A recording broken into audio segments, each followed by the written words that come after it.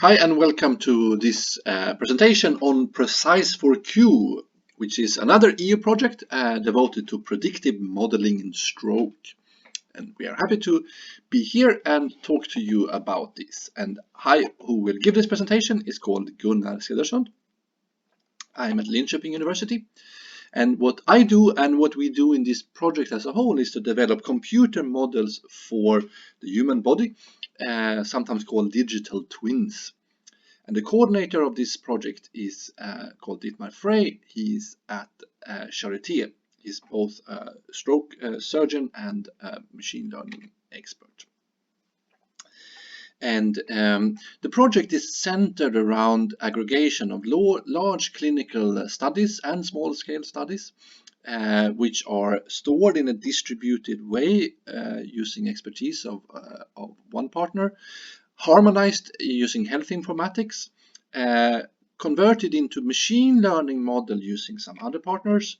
And my expertise is multi-level, multi-scale hybrid models that combines black box machine learning with mechanistic models, which then are tested for clinical implementation from a health economical perspective and from an ethical perspective, and then implemented in both for prevention, for acute treatment, and for recovery and rehabilitation. And my own background into this is that I've been devoting 20 years to characterizing metabolic disorders, starting with insulin binding to the insulin receptor, which is part of the insulin signaling, which we characterized how it goes wrong in type 2 diabetes. And here and in all other plots, you see comparison between lines, which is simulations with the models, and data, both for healthy controls in blue, data are the dots, and people in here in type 2 diabetes, which are in red, or cells from people with type 2 diabetes. That's the intracellular response, which part of organ models. So we developed models for all of the main organs in the human body in a similar way, which together form, for instance, meal responses, which is a particular model that has been approved by the Food and Drug Administration, and which is a part of even more long-term models that we use that also describe disease development, for instance, in stroke. And this then starts with metabolic disorders, VLDL production, high blood pressure, which leads to increased atherosclerosis, which together with heart failure and atrial fibrillation leads to an increased risk of ruptures, thrombosis, thromboembolisms, and which leads to the blood clot that goes up into the stroke, or at least in an ischemic stroke.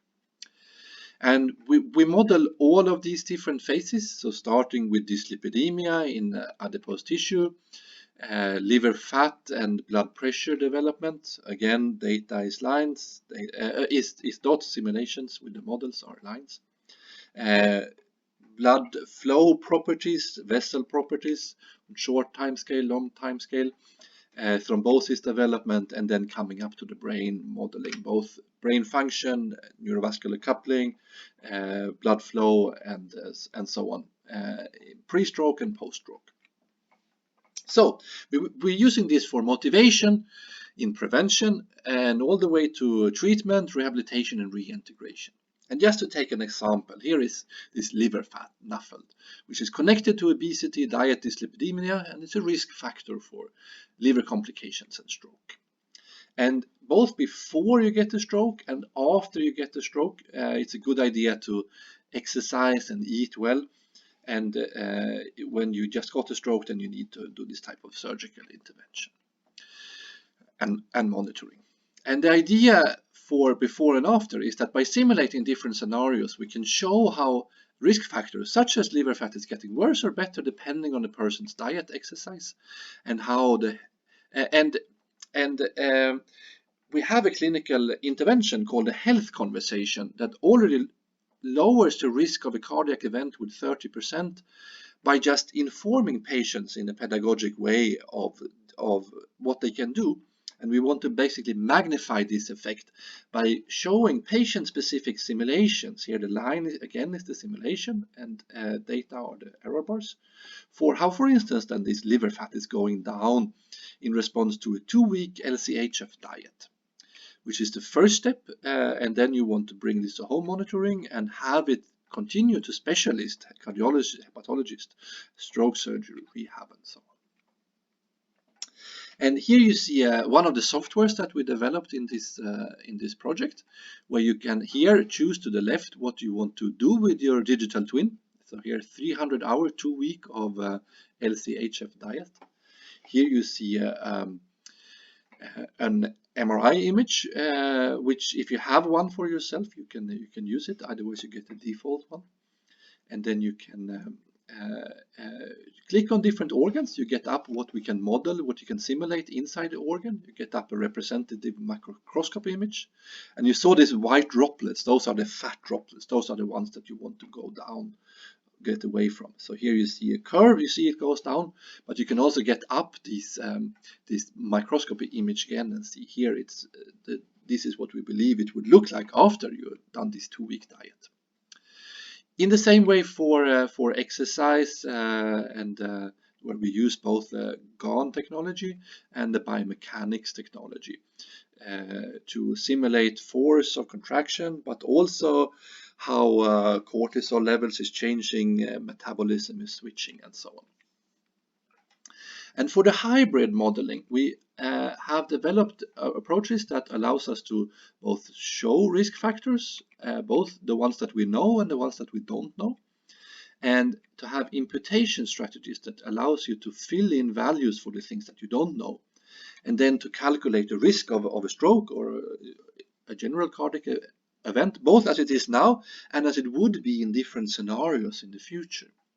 And this is built on a new hybrid modeling approach that we developed within the project, both for risk calculation, where we combine population mechanistic models with network omics type of models to calculate machine learning risk scores, and to be able to simulate using prospective cohort studies that allows us to develop both imputation and risk calculation models, which allows us to simulate more variables, both more than the ones that we have originally data for, and also more than we have in the mechanistic model.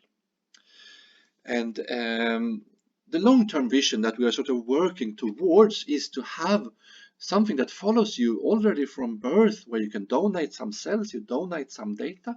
The cells goes into an organ on a chip that allows you to do patient-specific experiments on a little mini-you, which you then can translate in the computer to your digital twin. You add new data from smart sensors, and throughout your patient journey, through all these phases of the patient journey, you use the digital twin. You can donate your models and your information to drug development, design patient-specific drug treatments, and also move away from just doing healthcare at the hospitals to doing it in an integrated way with music and arts and gaming and so on, where all of those blend together, become one and the same thing.